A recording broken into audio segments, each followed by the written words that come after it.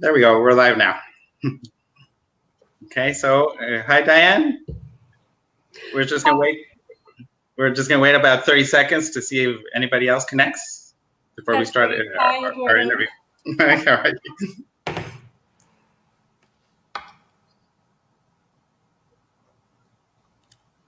Okay, we've got 4 connected. Let's see if it goes up a little bit more.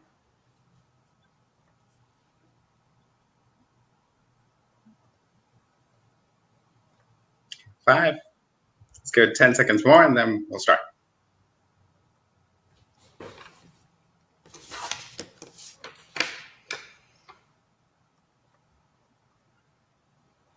Okay, we're ready. Okay. Hi, Dan. How are you? I'm doing well, Eduardo. It's so nice to see you. Yeah, so nice to see you as well. I'm Eduardo Diaz from Enjoy Languages. I'm at the branch that's in Tuxtla Gutierrez, Chiapas, in Mexico. And we have offices all over the country and in Colombia. And today we have the great opportunity to talk to Diane Riley. She comes to us from Whistler Adventure School, which is a very attractive destination for us to study and work, which is actually why we're doing this interview in English today. Because we want to talk to those interested that are capable of holding an English conversation, and they can expect to talk like this with people that during their studies, and also in the workplace when they get their work placement over there in Canada. Yes. So, hi Diane, can you tell us a little bit about Whistler? What makes it so exciting as a destination to work at and to study at? Absolutely, and you might have to cut me off because there are so many things I would love to share about this beloved place that I'm very lucky to call my home.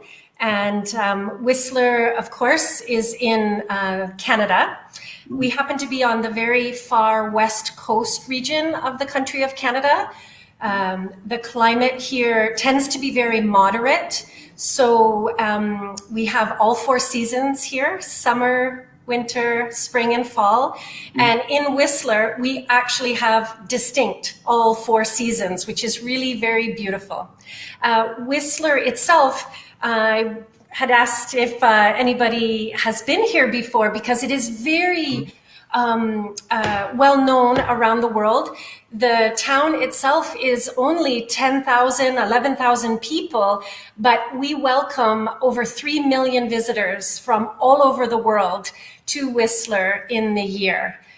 We are rated one of North America's top 5 ski and snowboard destinations. But we are the world's #1 mountain biking destination. So it's a privilege to live here. It's a very laid back lifestyle. It's a lifestyle where we're immersed in nature. In fact, I'm in the school right now, but I live about 10 minutes away, and I walked here before the meeting. So I got to enjoy some beautiful spring weather that we're having today. Yeah, and I'm guessing it's pretty sunny right now. It feels like it's not winter at all. It's not winter at all. Right now, the temperature is about 24 degrees. My son got a sunburn yesterday. He was out biking and got a sunburn. And it's just come to us. So the sun has arrived quickly, strong, fast, beautifully, cheerfully. The birds are happy. The bears are out. I saw a bear last night when I was driving to the grocery store. It's sunny and beautiful right now. And how large of a city is Whistler? Well, we're not a city, actually. We're a town. Okay. And the permanent year-round population, families like myself and my family, my colleagues here, it's only 10,000 people. And but as I mentioned, we're a top destination for travelers in the world. On any given day in a busy season, of course, not right now. We only have about 10,000 people here right now, but during our usual visitor time, we might have 55,000 people in one day. So we have lots of hotels here, but the town itself is a small town, and it feels very friendly. And even if you come for a week on holiday, if you see somebody in the lineup at the gondola to go skiing, I promise you're going to see them before you leave after 7 days. It's a small town.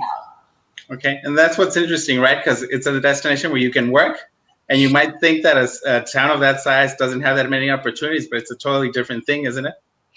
100%. It will not be difficult to find employment here for our study and work program. Our school does offer study and work.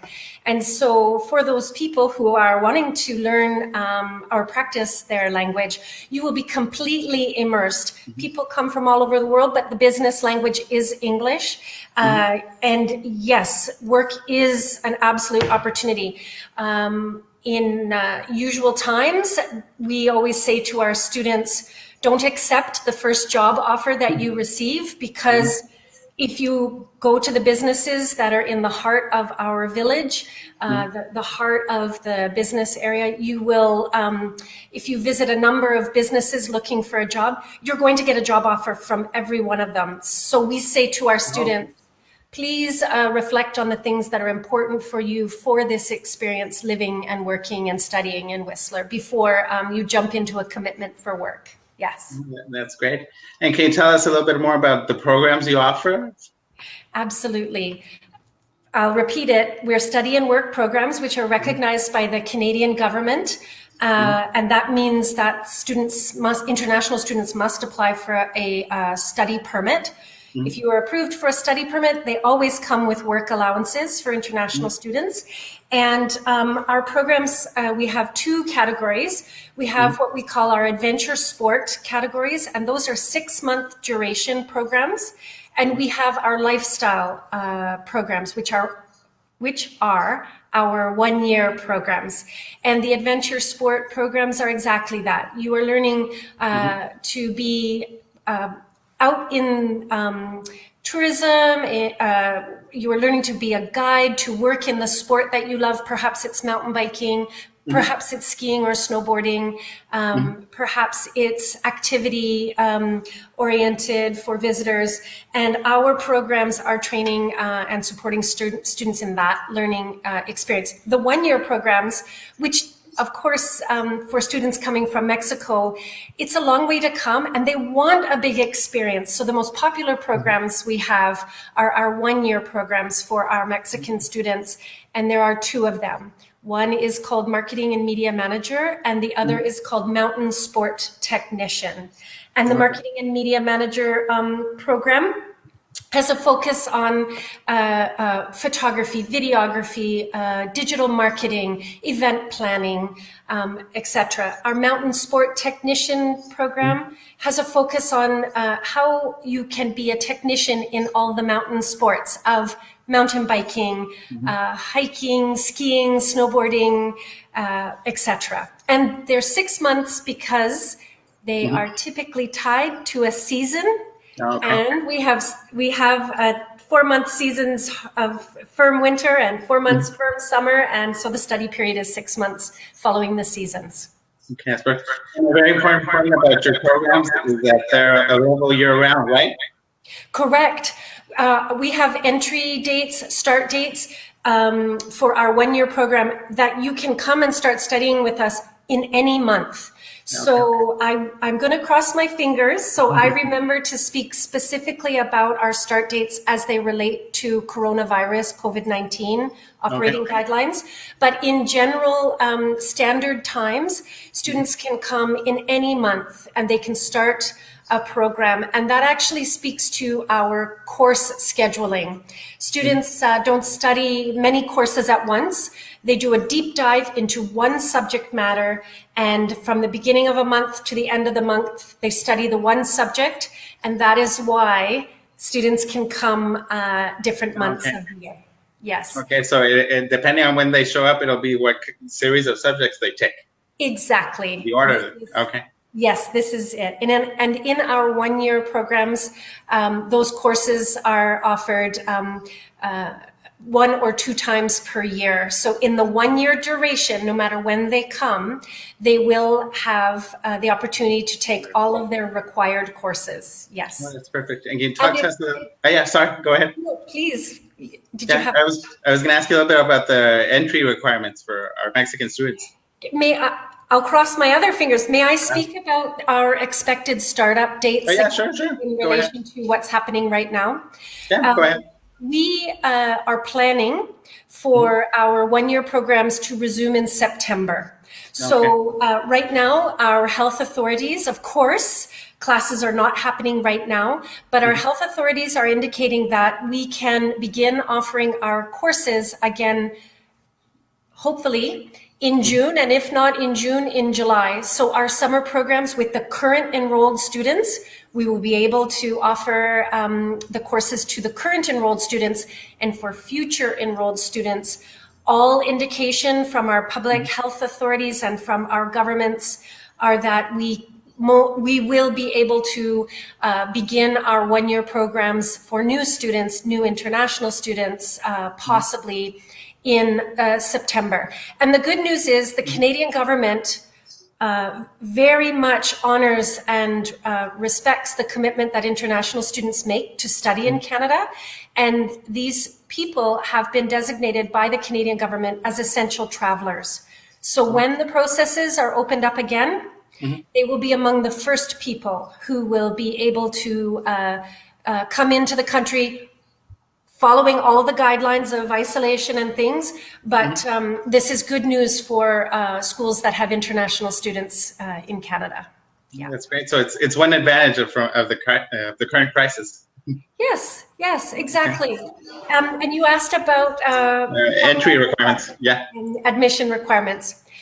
First and foremost, I want to speak about the English level requirement. Sure. We are a learn by doing school. We are a practical skills training school, and we're a private training institute. That means that students come and we expect them to be immersed in the experience, and they are learning by doing. So it's not an academic English requirement. Our English requirement is equivalent to IELTS 4, 4.5 for reading, writing, and conversation. Okay.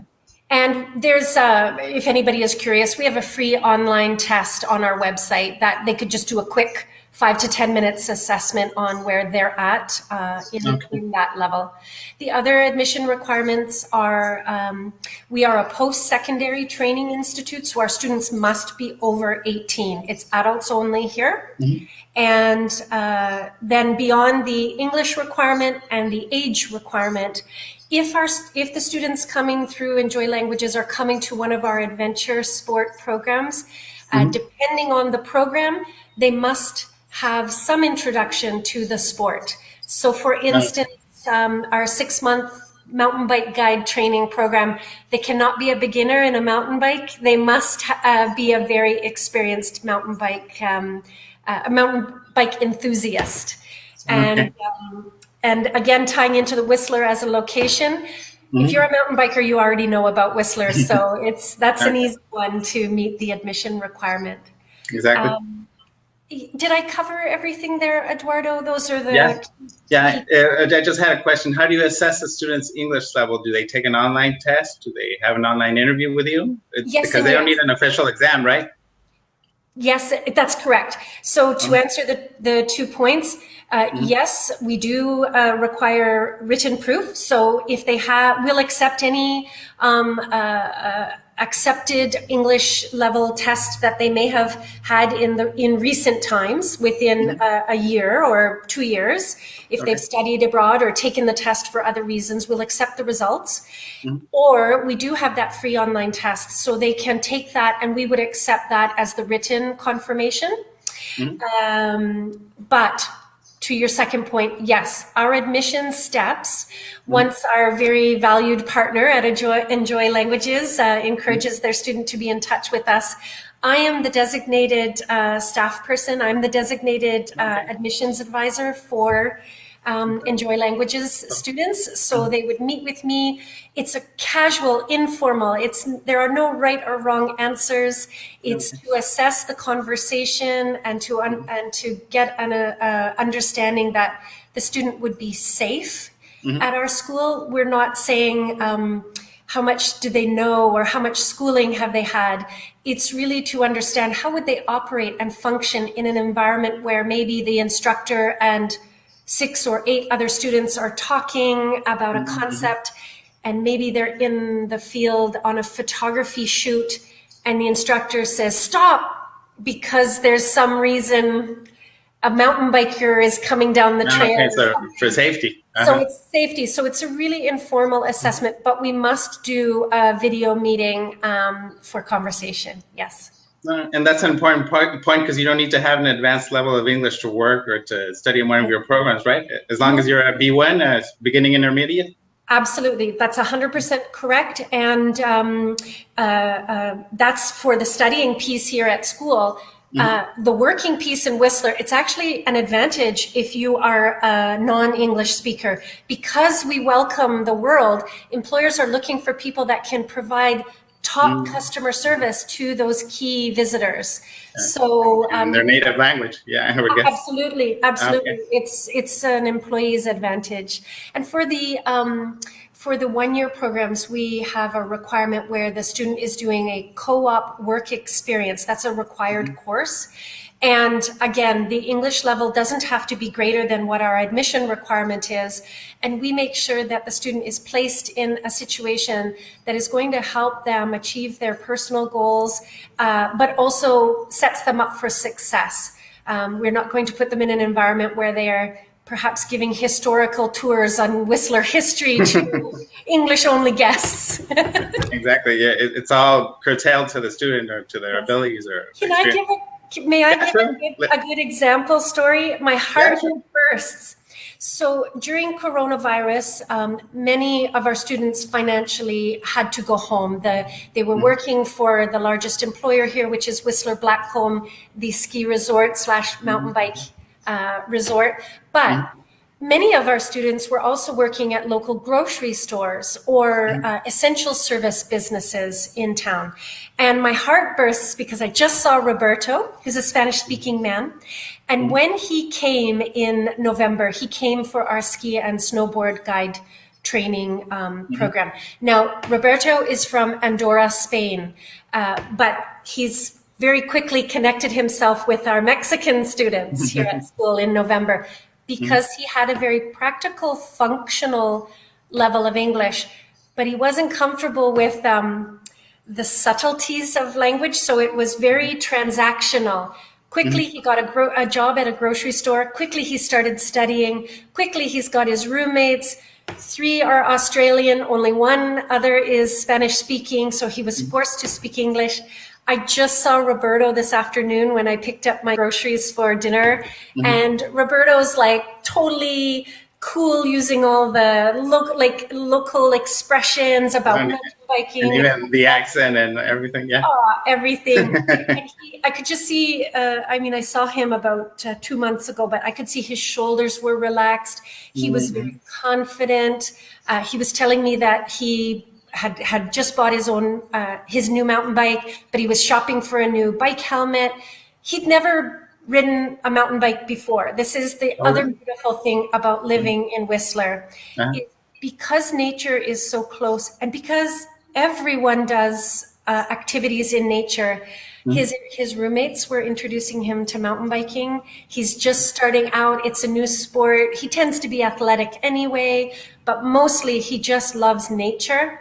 And so he was open to this idea. And so my conversation with him this afternoon was about his new mountain bike. The old lady with lots of gray hair, was telling him about some trails that I recommend he should go on that I know are good for beginners.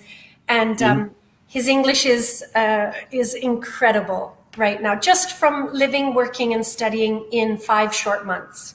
Yeah, and that's actually an advantage of this program, because you don't only get to work abroad, you don't only get to study something like mountain biking or digital media or something like that. You also get to improve your English while you're living over there, which is it's an important advantage. It is a very important advantage. And actually, I think that's one thing that Whistler Adventure School, if I might speak about the demographics of our student body right now, because it might be important. Yes, students, if the 50% goal of a student that comes to us through Enjoy Languages is to improve their vocabulary and ease of speaking in English level. If that is one of their top goals, that's going to happen here, because even though Whistler is a renowned destination and millions of people come every year, and many of them are Spanish speaking, You will find that comfort in being able to practice when you are maybe a little bit homesick and it's a new environment and you are craving just being able to speak your language. You're going to have the opportunity to do that. But at Whistler Adventure School, you're going to be forced to function in English in a safe, protected, understanding way. Everybody who lives here understands we're all strangers. Nobody grew up here. Well, my sons were born and are growing up here, but it's a new thing because Whistler is only 50 years old. There was no town here before 50 years ago. So there's an openness of people's heart to support someone who is a new English speaker or newer English speaker.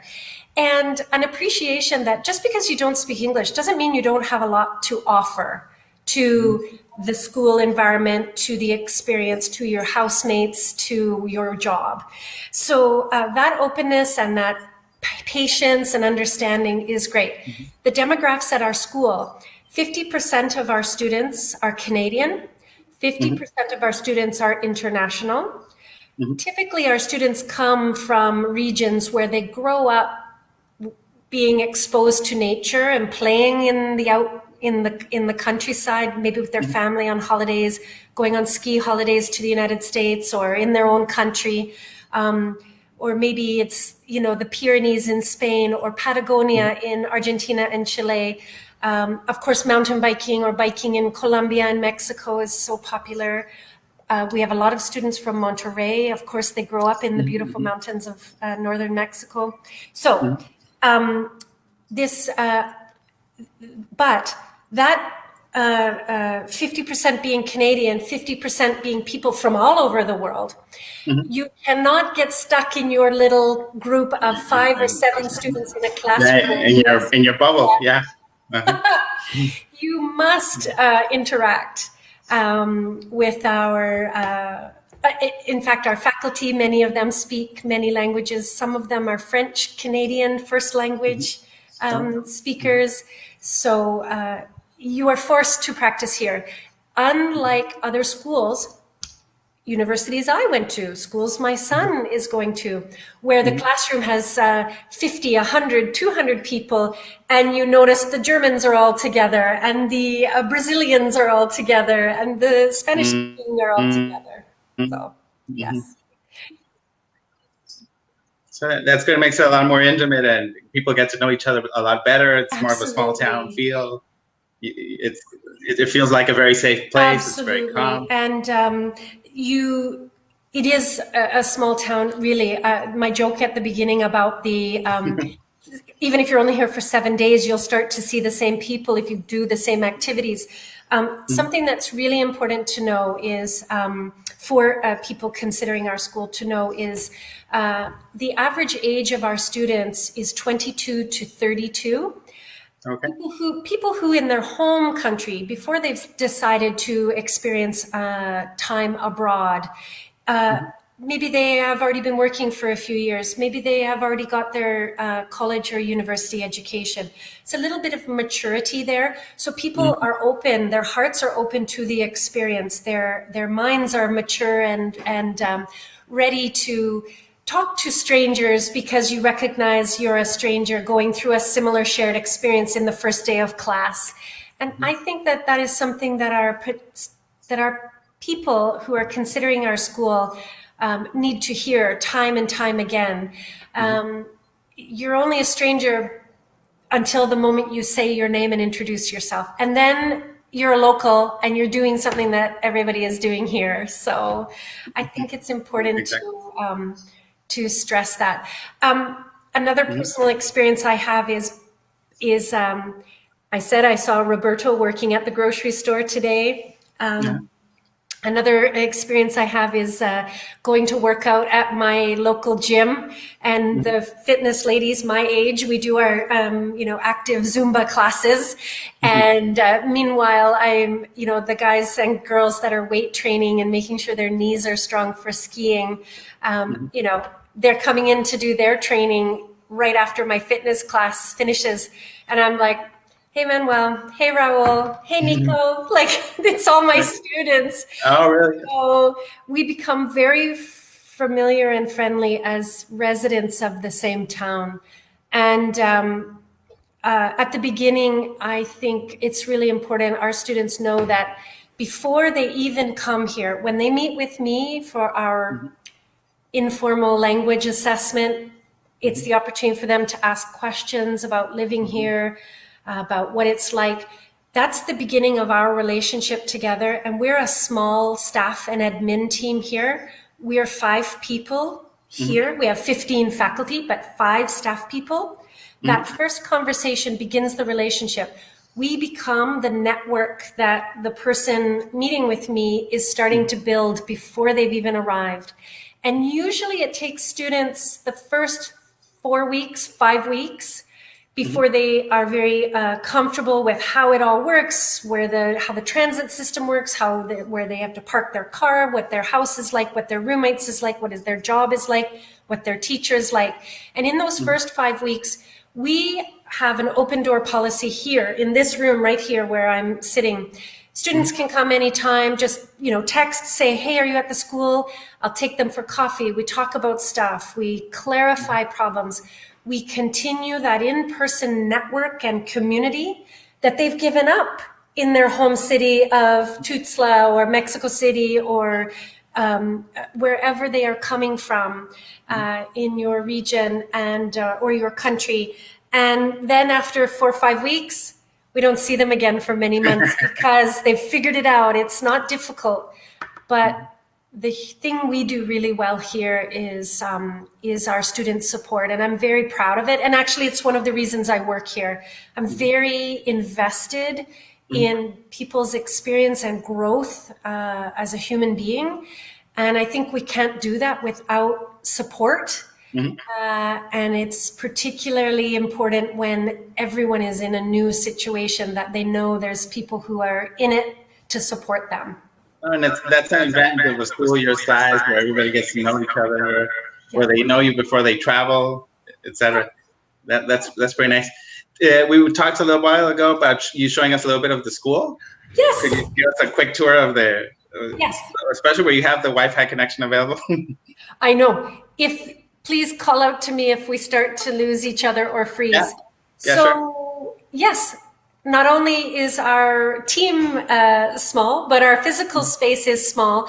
But this is, we always say Whistler is the classroom. Our classes actually meet and have opportunity here in this physical space. But every course we offer you're out in the field. You are doing things in the beautiful natural environment.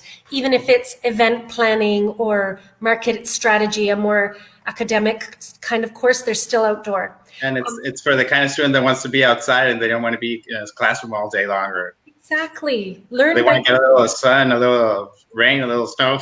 You've got it.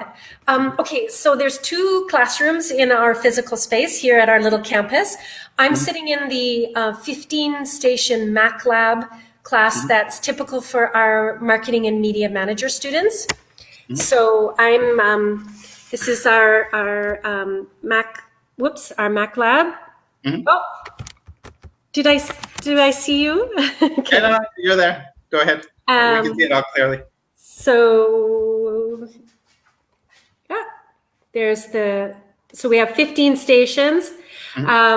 Right now, I want to say clearly, these stations are not set up for our social distancing. On Monday, we begin creating a different way, and there'll be more traditional rows 2 meters apart, so the individual stations.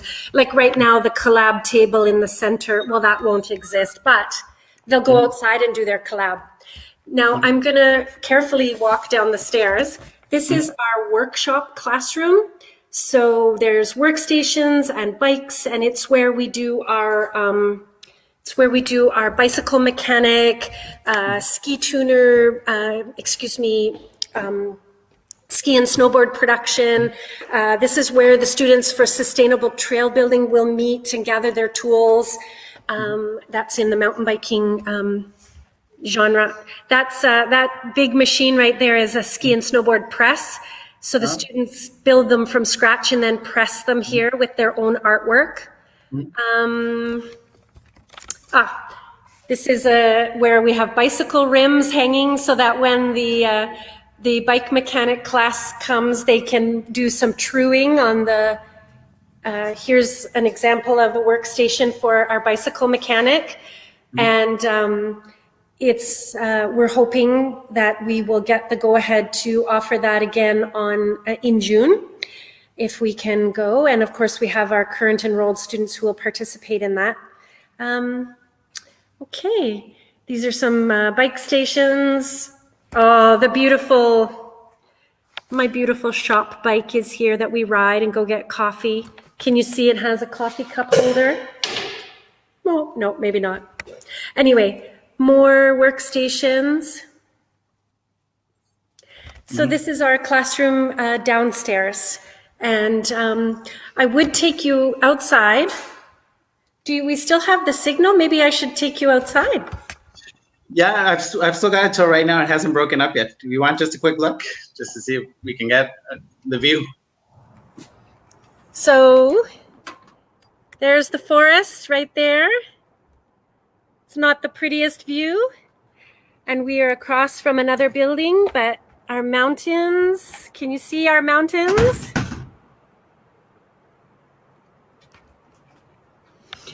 Did I lose you, Eduardo? No, you haven't lost me yet, but we can see the mountains. It's also green now. It doesn't look like winter at all. No, not at all. Not at all. It is summer, and we may have a little bit of rain, I hear, at the end of the month, but that's good because our trees grow big here because we have lots of rain. And we have lots of lakes for swimming in the summer. Oh, it's just perfect. That's perfect. No, that's quite a nice view that your students have every day. Yes. Okay, I think I might lose you in the sunshine, but to show you the view out this window is also the forest. Yeah, we can kind of see the trees right now. Yeah. I was talking about the new little green leaves that are coming out this week. It's beautiful. Right now, I think it's 24 degrees here, so... Yeah, it's more or less the same weather that we've got here in Tuxtla. It's not that different right now. Did you have any questions, Eduardo, or do any of the... Yeah, sure. Well, I was going to ask you that, if we can go ahead to the questions here. Let's see what... Well, Emilia Sanchez asks us, which are the requirements, which we already talked a little bit about, right? Yes, but they're super easy. I can go over Yeah, go ahead. 3 main requirements. Of course, students must be over 18. We're a post-secondary school, so you have to be an adult. We have an English level requirement of B1, IELTS equivalent 4.5. Obviously, you could provide Emilia more information, but our website has that information as well. And the third is, if she is interested in one of our adventure sport programs, there is the likelihood she would have to have some skill in the sport. One of the things I want to say, though, for people who are interested to come in winter, we have a phenomenal new program. It'll be the premier launch of it this winter. So you don't have to be a expert skier or snowboarder to take it. It's called Adventure Tourism Winter, and you get introduced to the backcountry in the winter. So you would do some snowshoeing or some basic activity like that. You would learn to be a guide and have some experiential leadership opportunities.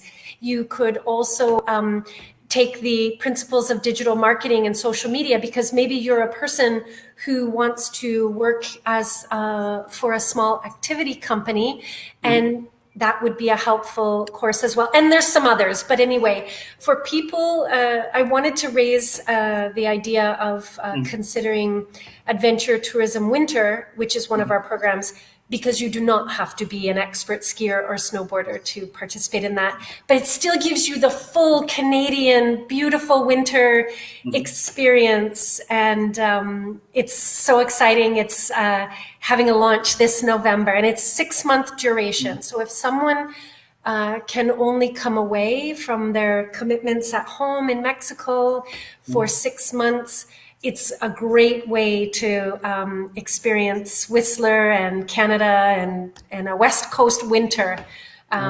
in that program at our school. Yeah. That's perfect.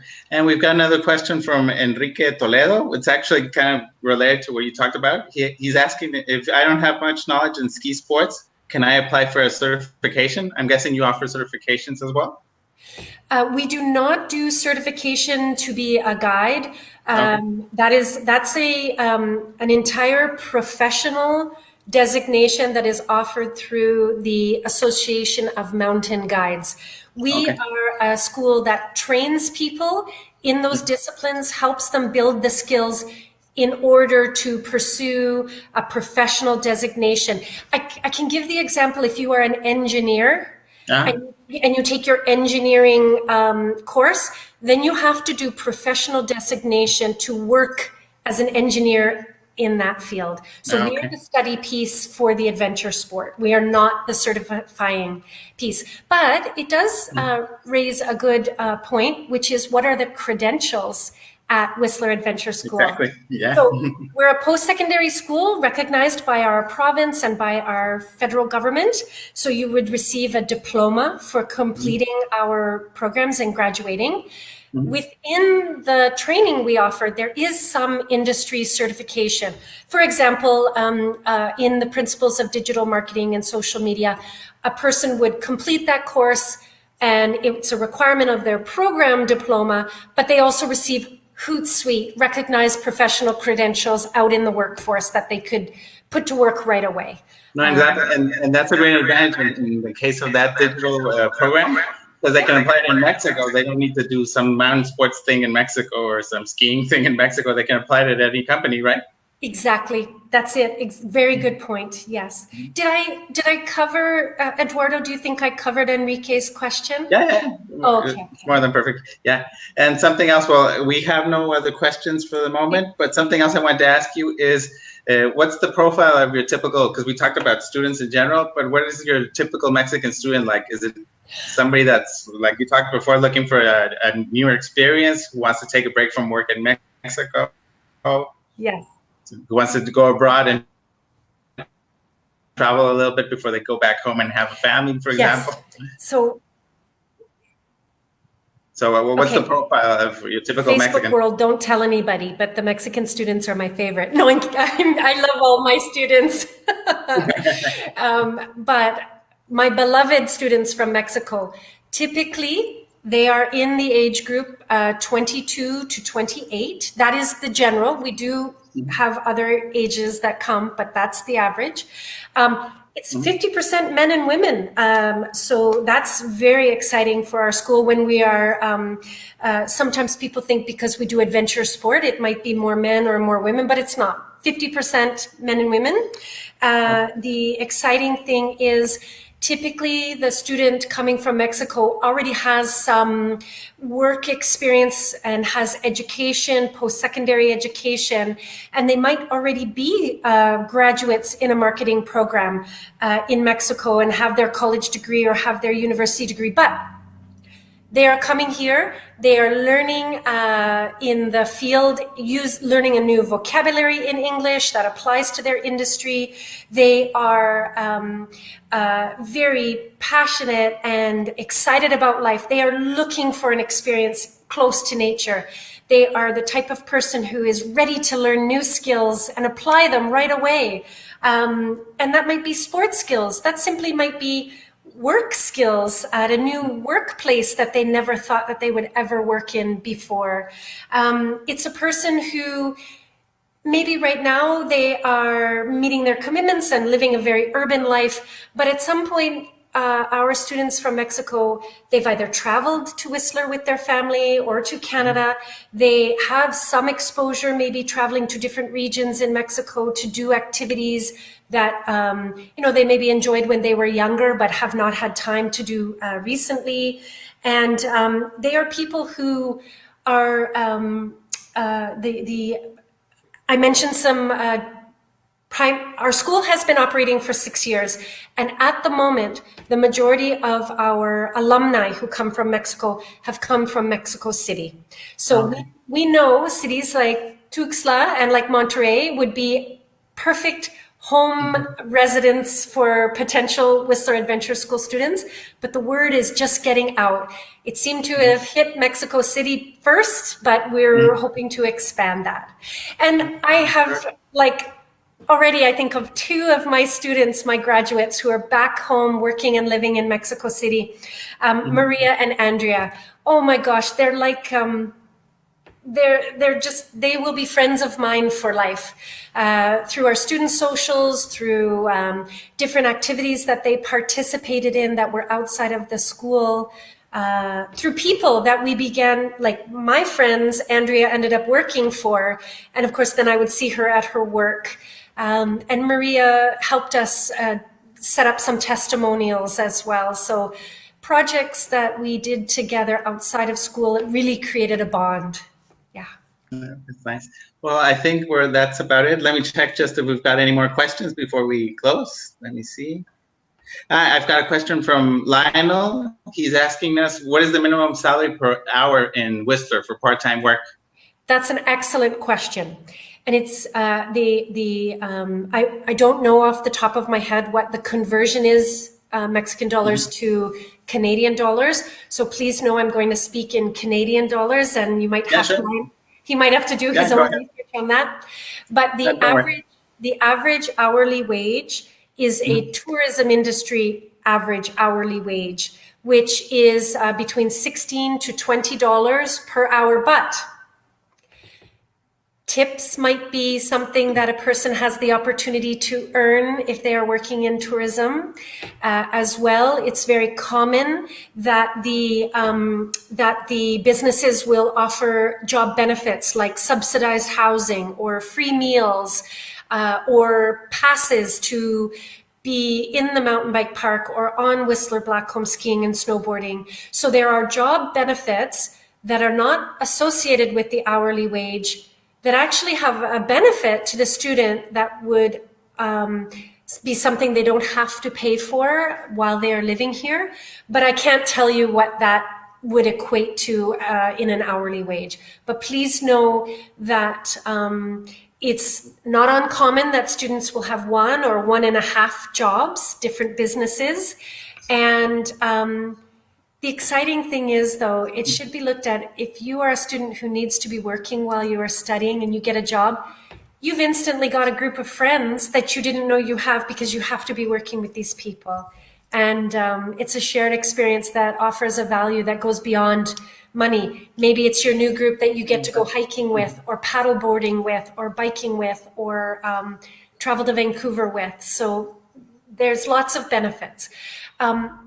Our local government, our municipal government, has information on exactly what the cost of groceries is, rent is, what wages are. And that is information that I always share in my admissions meeting with students. So they get a real clear expectation about what it costs to live here. Okay, so students can expect to having a part-time job be able to pay a pretty good part of their expenses, right? Yes, exactly. They must be able to prove to the Canadian government they can afford to be here before they even come as part of their study permit application. But yes, they can expect that that they will be able to meet their monthly expenses through a job or 2. I would also setting expectations. I would also like to offer here that it should be, because many people from around the world want to live here, it's actually the cost of shelter for the rent of your apartment that in comparison to other towns our size is very expensive. It's like living in downtown Vancouver or living in downtown Toronto. People wouldn't expect it, but it is very expensive to live here for the housing piece of it. And it's a realistic expectation they should have to have roommates. So a common example is my student Maria, my graduate Maria, who's back in, oh my gosh, I love her so much. She's back in Mexico City. She rented a room with a young couple, a Canadian couple who owned their own apartment, 2-bedroom apartment, and she was their roommate. She had her own bedroom, living with another couple in an apartment that was close to her work, close to bus, offered many, many things, but it was not possible for her to afford to live on her own in her own apartment. And I want your students, our shared students, Eduardo, to have that expectation. Hey, maybe they will find the perfect place where they live on their own, but it's not the usual experience. Not that easy. Yeah. Yeah. Exactly. And we've got one, I think we're going to close with this last question because of the time limit. But one last question we have is there an age limit for your programs? Is there a maximum age, or it's open just to the minimum age of 18? It's open the minimum age of 18. There is no age cap. And in fact, there were 2 men this winter that did one of our programs, age 52, 2 men from Brazil. And they came together and did the program together. Of course, they took a sabbatical from their work. They're executives in a company, and they took time off and came to Whistler for a period of time with their families. We've had students take our bike mechanic course who are retired, so over 65. All ages are welcome. Eduardo? Perfect. Well, I think that's going to wrap it up for the moment. Yeah. Thanks so much, Diane, for joining us. Is there anything else you'd like to mention? Yes.